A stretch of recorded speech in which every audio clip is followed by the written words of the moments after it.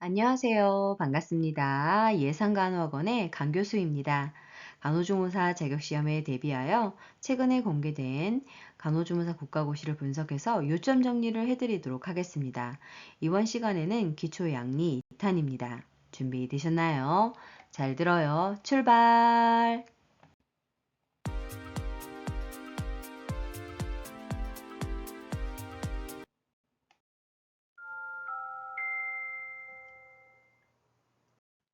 기초양리는 자격시험에서 출제 문항수가 2개입니다. 이번 시간에는 약물의 종류별 효능과 부작용 등에 대해서 알아보도록 하겠습니다. 첫 번째로 마취제입니다. 마취제는 수술 시 환자의 통증을 느끼지 않도록 하기 위해 사용되는 약입니다. 종류를 살펴보면 전신 마취제와 국소 마취제로 나누어지게 되는데요. 먼저 전신 마취제에 대해서 알아보도록 하겠습니다. 전신 마취제는 정맥용 마취제와 흡입 마취제로 나누어지게 되는데요. 정맥용 마취제는 마취 유도를 위해서 정맥 내로 투여해서 전신 마취를, 즉 자발 호흡이 가능하지 않은 인공호흡 장치를 이용한 마취를 하는 것인데요. 전신 마취를 유도하는 약물입니다. 작용, 발현 시간이 빠른 것이 특징입니다. 종류를 살펴보면 치오펜탈 소듐, 케타민, 드로페리돌이 있습니다. 자, 그럼 두 번째 흡입 마취제에 대해서 알아보도록 하겠는데요. 기도를 통해 흡입하여 전신 마취를 유도하는 약물로 마취의 깊이를 조절하는 데 사용됩니다. 그리고 마취의 유지를 하는 데 이용되는 것이죠. 종류를 살펴보면 아산화질소, 사이클로프로판, 이소플로란이 있습니다. 다음으로는 국소 마취제입니다. 국소 마취제는 척수 수준 이하의 작용을 해서 통각 자극의 전도를 차단함으로써 통증을 없애는 역할을 하게 됩니다. 종류가 최근 23년 상반기 국가고시 출제가 되었는데요. 과거에도 출제가 되었습니다. 대표적인 약물로는 리도카인이 있는데 리도카인은 국소 마취 유도와 심실성 부정맥 치료제로 사용이 되고 있습니다. 그 밖에도 코카인은 혀를 강하게 마비시키는 역할을 하게 되고 프로카인은 침윤 마취, 척수 마취, 신경을 차단하는 것 등에 사용이 되고 있습니다. 다음으로는 진통제에 대해서 알아보도록 하겠습니다. 진통제는 마약성 진통제와 비마약성 진통제로 나누어지게 되는데요. 마약성 진통제는 최근 23년 상반기, 21년 상반기, 18년도 상반기에 출제가 되었습니다. 중요한 부분이니 잘 알아두세요. 첫 번째로 몰핀입니다. 몰핀은 효능이 진통제로서 역할을 하게 되는데 대표적인 부작용이 호흡을 억제하는 역할을 하게 되다 보니 호흡 부전, 즉 호흡을 효과적으로 하지 못하는 사람이라든가 노인 환자에게 투약을 할 때에는 주의를 기울여야 합니다. 그리고 약물을 오래 사용하면 약물에 대한 의존성, 그리고 약물의 사용량을 증가시키게 되는 내성이 생길 수 있게 됩니다. 약물 투여를 중지하게 되면 호흡과 맥박이 빨라지게 되고 사지 떨림, 경련 등의 금단 증상이 발생할 수 있기 때문에 약물을 중지할 때에는 주의를 기울여야 합니다. 또한 투여하기 전후에는 반드시 호흡수를 측정하고 정상 호흡수일 때 투약이 이루어져야 하겠습니다.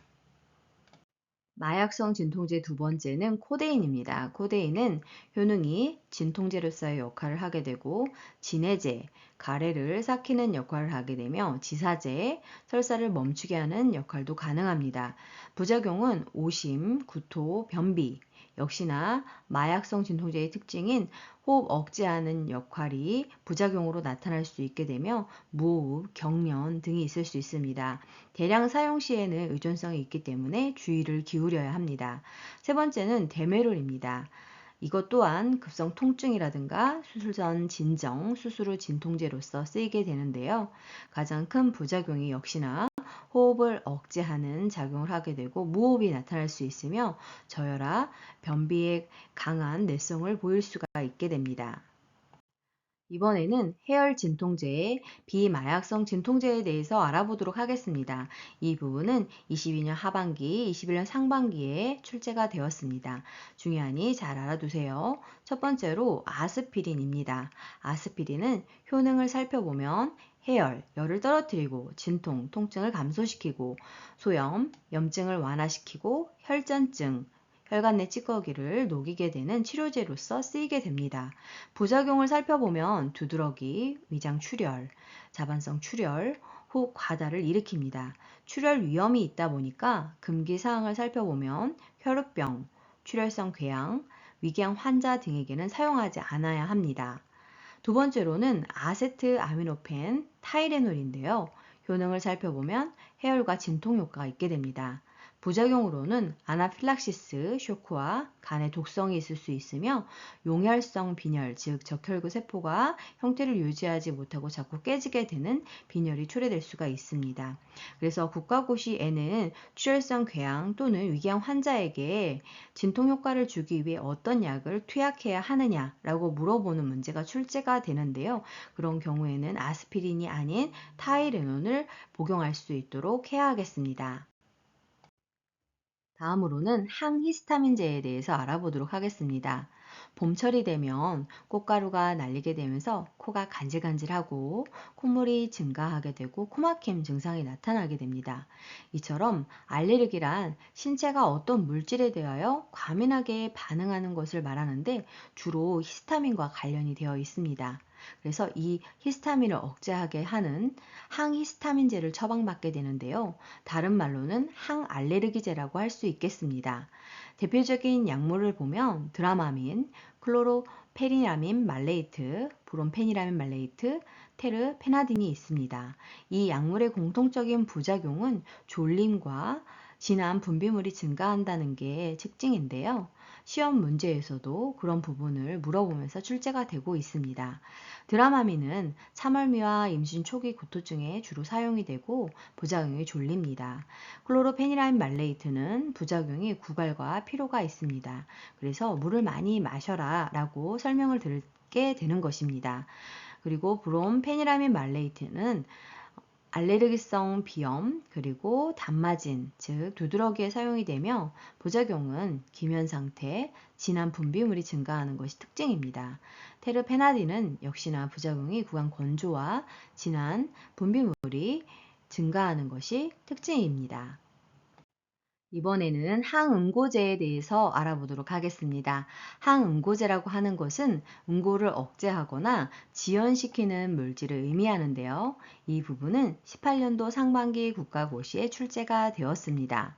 대표적인 약물의 종류를 살펴보면 헤파린이 있는데요. 치료는 혈액의 응고 또는 혈전을 방지하고 과콜레스테롤증이나 동맥경화증 시 치료를 목적으로 사용이 되고 있습니다. 부작용을 살펴보면 출혈, 장기 투여 시 골다공증과 자발적 골절, 일시적인 혈소판 감소증, 중증의 혈소판 감소증이 발생할 수 있습니다. 그래서 금기로는 출혈이 있는 대상자에게는 사용하지 않아야 합니다. 그래서 투여 전 출혈 여부를 확인하는 것이 중요사항이라고 할 수 있겠습니다. 항응고제의 두 번째 약물은 경구용 항응고제인데요. 치료를 살펴보면 쿠마린은 항균 효과가 있고 항혈전작용, 부종을 개선하는 효과, 항암작용, 고혈압, 부정맥, 골다공증 치료에 이용이 되고 있습니다. 그런데 부작용을 살펴보면 간과 신장을 손상할 수 있고 출혈 위험이 있기 때문에 윗부분을 살펴서 처방이 이루어져야 합니다. 다음은 강심배당체입니다. 이 약물은 심근에 직접 작용을 하는 약물인데요. 2차 작용으로 이뇨 효과가 나타나기도 합니다. 식물에서 나온 당이 함유된 배당체가 유화성분이기 때문에 강심배당체라고 불립니다.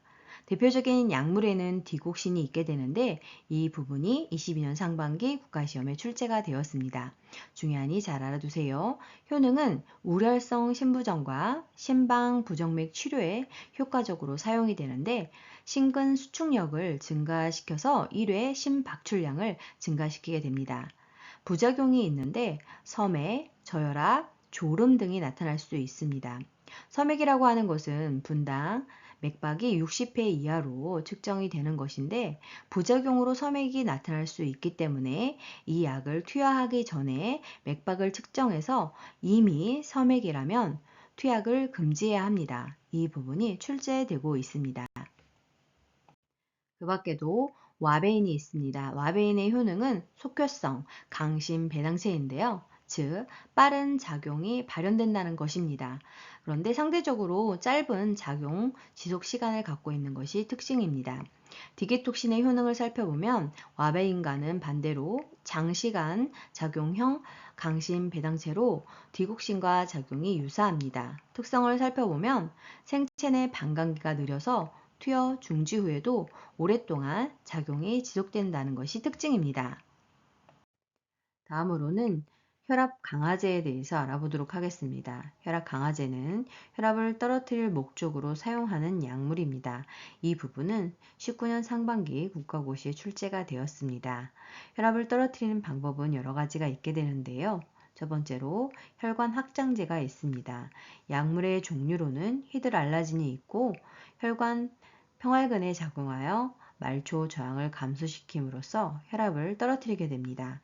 미녹시딜도 고혈압을 치료를 하기 위해 사용하게 됩니다. 두 번째로는 알파 아드레날린 차단제로 프라조신과 독사조신이 있게 되는데 프라조신은 당뇨나 통풍이 있는 고혈압 환자에게 사용이 되고 독사조신은 이뇨제와 병용 사용 시 상승 효과가 나타나는 부분이 있습니다.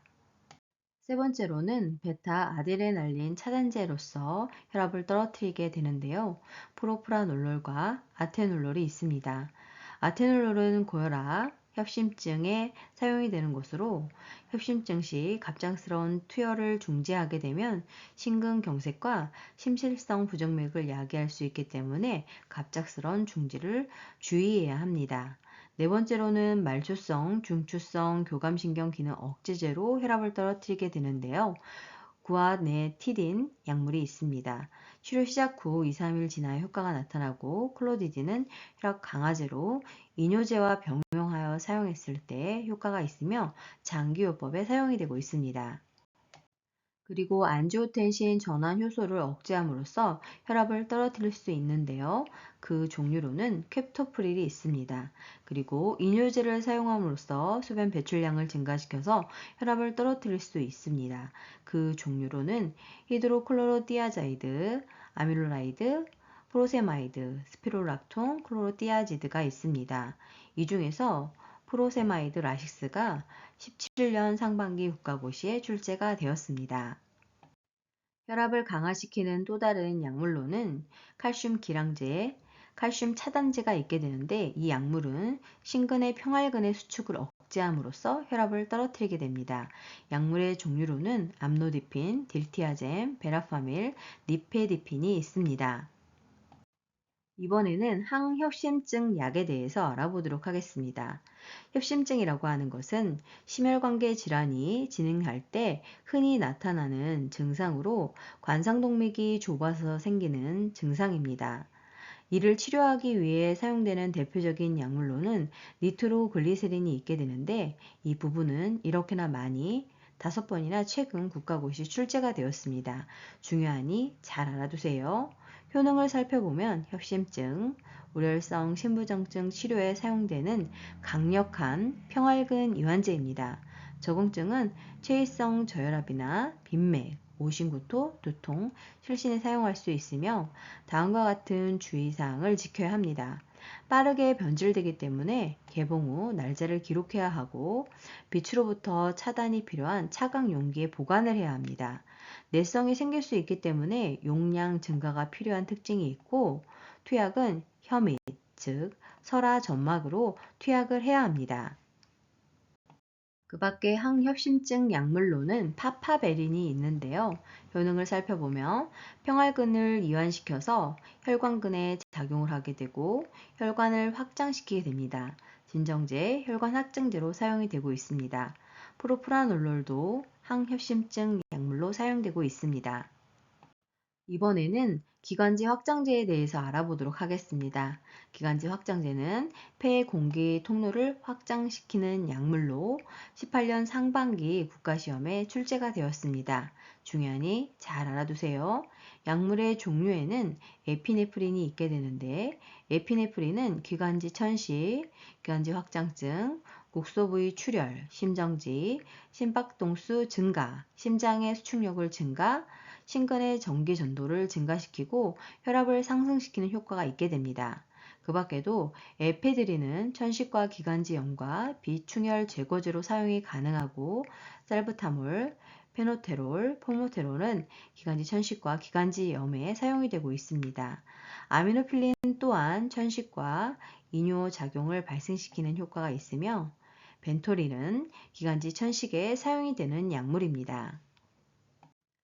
이번에는 항결핵제에 대해서 알아보도록 하겠습니다. 항결핵제는 결핵을 치료하는 약인데요. 결핵치료제는 투여 시 두 가지 이상의 약물을 사용하는 병용요법을 사용하게 됩니다. 그 병용요법을 하는 이유에 대해서 국가시험에 과거에 출제가 되었는데요. 그 이유는 균의 혼합 감염 치료를 위해서이고 특수한 감염 질환에서 치료 효과를 높이기 위해서입니다. 그 밖에도 내성이 증가하는 것을 약화시키고 지연시키기 위해서이며 부작용을 감소시키기 위해서 여러 가지 약제를 동시에 사용하게 되는 것입니다. 자, 그러면 항결핵제에 대해서 알아볼까요? 항결핵제는 1차 약과 2차 약으로 나누어지게 됩니다. 1차 약에는 이소니아지드, 리팜피신, 스트립토마이신, 에탄부톨, 피라지나마이드가 있게 되는데 각각의 약물별 부작용을 살펴보도록 하겠습니다. 이소니아지드는 말초신경염과 간염, 과민증을 일으킬 수 있고 리팜피신은 간암, 발열, 자반증이 일어날 수 있습니다. 스트랩토마이신은 제8 뇌신경 장애, 즉 청각 장애를 일으킬 수 있고 현기증, 운동실조, 신장 독성을 일으킬 수 있습니다. 그리고 에탄불톨은 시력 감소, 시야 협착증, 정록 생미를 유발할 수 있으며 피라지나마이드는 간독성, 고산 혈증을 유발할 수 있습니다. 이 중에서도 이소나이아지드 INAH는 말초 신경염에 부작용이 있기 때문에 비타민 B6, 즉 피리독신과 함께 복용하는 것이 필요합니다. 이 부분이 과거 국가고시에 출제가 되었습니다. 자, 그러면 항결핵제 2차 약에 대해서 알아볼까요? 그 종류에는 파라아미노살리실산, 가나마이신, 포로디나마이드, 사이클로세린이 있습니다. 종류별 부작용을 살펴보면 파라아미노살리실산은 소화장애, 간독성, 과민증을 유발합니다. 가나마이신은 제8 내시경 장애, 청각 장애를 일으키고 신독성이 발생할 수 있습니다. 1차 약에서도 2차 약에서도 제8 내신경의 장애를 일으키는 약물이 있습니다. 프로디나마이드는 소화장애, 간독성, 과민증을 유발하게 되고 사이클로세린은 정신병, 성격의 변화, 경련이 일으킬 수 있습니다. 자, 그러면 1차 약, 2차 약을 포함한 항결핵제는 어떤 식으로 치료를 하게 될까요? 1차적인 치료 방법을 살펴보면 이소나이아지드, INAH, 리팜피신 RMP, 피라지나마이드 PZA, 에탄부톨 EMB를 2개월간 사용한 후 4개월간 피라지나마이드를 뺀 3가지 약제를 투여하는 6개월 요법을 사용하게 됩니다. 즉, 결핵을 치료할 때에는 6개월을 사용해야 치료가 되는 것을 알 수 있습니다. 다음으로는 항생제에 대해서 알아보도록 하겠습니다. 항생제는 미생물이 생산하는 대사사물로 소량으로 다른 미생물의 발육을 억제하거나 사멸시키는 물질입니다. 이 부분은 22년 상반기, 21년 하반기, 19년 하반기에 출제가 되었습니다. 중요하니 잘 알아두세요. 자, 그러면 항생제는 어떻게 투여를 할까요? 바로 혈중 농도 유지를 위해서 일정한 간격으로 투여를 해야 합니다. 항생제를 정맥으로 투여하기 전에는 반드시 과민 반응 여부를 확인해야 하는데요. 피부 반응 검사, 즉 피내 주사를 해야 합니다. 그리고 증세가 완전히 없어진 후에도 2, 3일은 더 사용을 해야 합니다. 자, 그러면 항생제의 종류에 어떤 것들이 있는지 알아볼까요? 아미노글리코사이드, 세팔로스포린류, 페니실린류, 퀴놀론류, 폴리펩티드류, 클로람페니쿨류, 테트라사이클린류가 있으며 그 종류를 고르라고 했을 때 과거 시험에서 페니실린이 답으로 선정된 적이 있습니다. 중요하니 잘 알아두세요. 다음은 재산제에 대해서 알아보도록 하겠습니다. 재산제는 이미 분비된 위산을 중화하여 위장 및 십이장 점막을 보호하기 위해 사용되는 약물입니다. 즉, 위액의 pH가 상승되는 효과가 나타나는 것입니다. 이 재산제는 소화성 궤양 통증 완화에는 도움이 되긴 하지만 궤양 자체를 치유하는 데는 도움이 되지 않습니다. 자, 그러면 재산제의 종류에 대해서 알아볼까요? 알루미늄 하이드록사이드는 재산작용을 하게 되며 고인지혈증을 교정하거나 하게 됩니다. 부작용은 변비를 유발할 수 있고 치질, 고알루미늄 혈증, 인결핍 증상이 나타날 수 있습니다. 두 번째 약물로는 칼슘 카보네이트가 있게 되는데요. 재산작용을 하게 되며 칼슘을 공급하게 되고 고인지혈증을 조절하게 됩니다. 부작용으로는 마찬가지로 변비가 유발될 수 있으며 칼슘 공급으로 인해서 고칼슘 혈증이 나타날 수 있고 저인지혈증, 오심구토가 발생할 수 있습니다. 세 번째 약물은 미란타입니다. 위산 과다, 속쓰림, 위장 불쾌감, 식체, 가스 제거 시에 사용이 되는 것으로 방법은 1일 4회 식감 및 취침 시 경구 투여를 하게 되며 부작용은 역류와 설사를 할 수 있습니다. 다음으로는 당뇨병 치료제에 대해서 알아보도록 하겠습니다. 대표적인 약물은 인슐린인데요. 이 부분은 20년 하반기 국가시험에 출제가 되었습니다. 중요하니 잘 알아두세요. 인슐린은 랑게르 한스섬의 세포에서 분비되는 단백질인데 세포의 포도당 흡수를 촉진하는 작용을 함으로써 혈당을 감소시키게 됩니다. 포도당을 글리코겐의 형태로 바꾸어서 간과 근육에 저장을 함으로써 혈관 내에 있는 당을 간과 근육으로 이동하면서 혈당이 감소되게 되는 것입니다. 당뇨병 환자들은 집에서 스스로 인슐린 투여를 하는 자가 투여가 이루어지게 되는데요. 그래서 대상자에게 교육을 해야 합니다. 이 부분이 18년 상반기 국가시험에 출제가 되었습니다. 중요하니 잘 알아두세요. 사용 전에 인슐린 용기를 두 손 사이에 넣고 가볍게 굴려 섞어서 사용을 해야 합니다. 이때 내용물이 굳거나 용기에 침착된 것은 사용하지 않아야 합니다. 투약 방법을 살펴보면 복부, 상바, 대퇴 부위를 순환하면서 피하 주사를 해야 하고 투약 시간은 정확한 용량을 아침 식전 30분 이내에 투여해야 합니다. 그런데 너무 많은 인슐린을 투여하게 되면 저혈당 증상이 나타날 수 있는데요. 어떠한 것이 저혈당 증상인지 알아두셔야 합니다.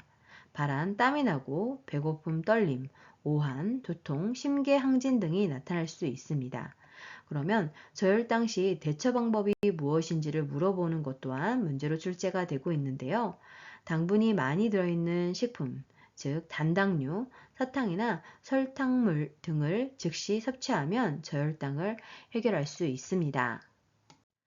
다음으로는 자궁수축제에 대해서 알아보도록 하겠습니다.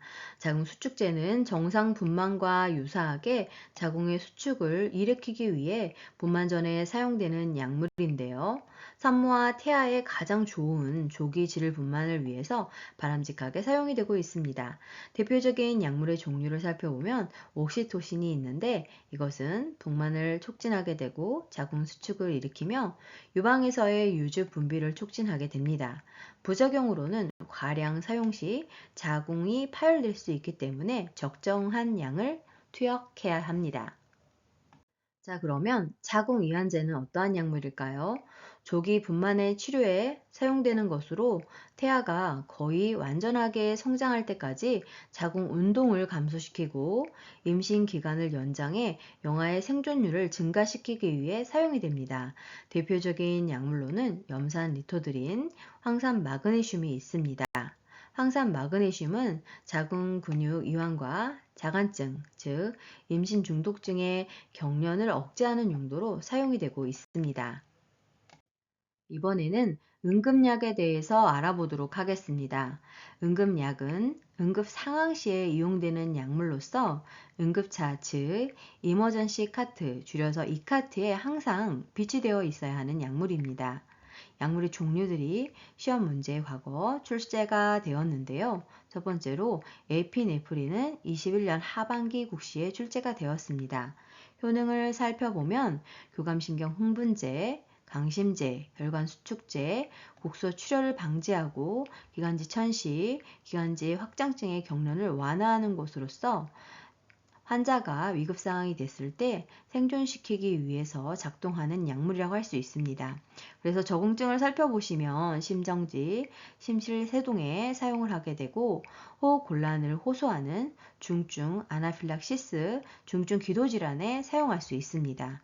주의사항은 햇빛을 피해야 하는데 차광 보관을 해야 합니다. 두 번째 응급약은 아트로핀입니다. 이 약물은 부교감 신경 차단제로 쓰이는 것으로 적응증을 살펴보면 섬액에 사용이 됩니다. 섬액은 1분에 60회 미만으로 뛰는 것을 말하는 것으로 섬액을 교정하기 위해 아트로핀을 사용하게 됩니다. 부작용은 산동, 눈동자가 커질 수 있고 구갈, 입마름이 있으며 오심, 구토, 배뇨장애, 호흡장애, 신개항진을 일으킬 수 있습니다. 금기사항은 녹내장애나 마비성 장폐색에는 사용하면 안 됩니다. 세 번째 응급약은 리도카인입니다. 리도카인은 23년 상반기 국가시험에 출제가 되었습니다. 효능은 국소 마취제, 부정맥 치료제로 사용이 되는데요. 적응증은 심실성 빈맥과 심실세동에 사용이 되고 있습니다. 부작용은 졸리움, 오심, 구토, 섬액, 호흡곤란을 유발할 수 있습니다. 네 번째 약물은 소듐 바이카보네이트입니다. 효능은 산증을 교정하는 데 사용이 되는데요. 우리 몸의 적정 pH는 7.35에서 7.45로 이 7.35보다 낮을 경우 pH를 올리기 위해 사용되는 약물입니다. 부작용은 대사성 알칼리증, 고나트륨 혈증, 저칼륨 혈증, 저칼슘 혈증을 유발할 수 있습니다. 다섯 번째 응급약은 칼슘 글루코네이트입니다. 효능은 칼슘 공급제로서 쓰이게 되는데요. 칼슘은 우리 몸에서 여러 가지 역할을 담당하게 됩니다. 뼈와 치아를 형성하거나 혈액 응고에 관여하기도 하고 혈관 수축에도 관여를 하게 되는데요. 그래서 적정 수치를 유지해야 합니다. 부작용은 오심구토, 권태감, 변비, 심계항진, 홍조, 발한 열감이 있을 수 있고 금기사항을 살펴보면 심실세동, 신결석, 고칼슘 혈증과 같은 질환에는 사용하지 않아야 합니다. 마지막으로 구충제에 대해서 알아보도록 하겠습니다. 구충제는 우리 몸에 있는 다양한 기생충을 없애기 위해서 사용되는 약물로 메벤다졸은 대부분이 유기용제로 일시적인 위장관 증상과 두통을 발생시킬 수 있습니다. 피페라즈는 회충에 사용이 되며 부작용은 피부 발진, 발열, 관절통이 있을 수 있습니다. 펜텔파모에이트는 회충, 구충, 동양 모양 선충에 사용이 되며 편충에는 효과가 없고 90% 이상의 충체가 대변으로 배출되는 것이 특징입니다. 알벤다졸은 회충, 요충, 편충, 십이장충 치료에 쓰이며 플로벤다졸은 선충류인 회충, 요충, 편충, 십이장충에 사용이 됩니다. 프라지칸텔은 어피류나 덜류킨, 육류에 의한 흡충과 조충에 쓰이게 되고 비티오놀은 폐 디스토마와 조충에 유효한 구충제입니다. 수고 많으셨습니다. 좋아요와 구독 꾹 알람 설정 눌러주시면 새로운 강의 동영상을 만나보실 수 있습니다. 감사합니다.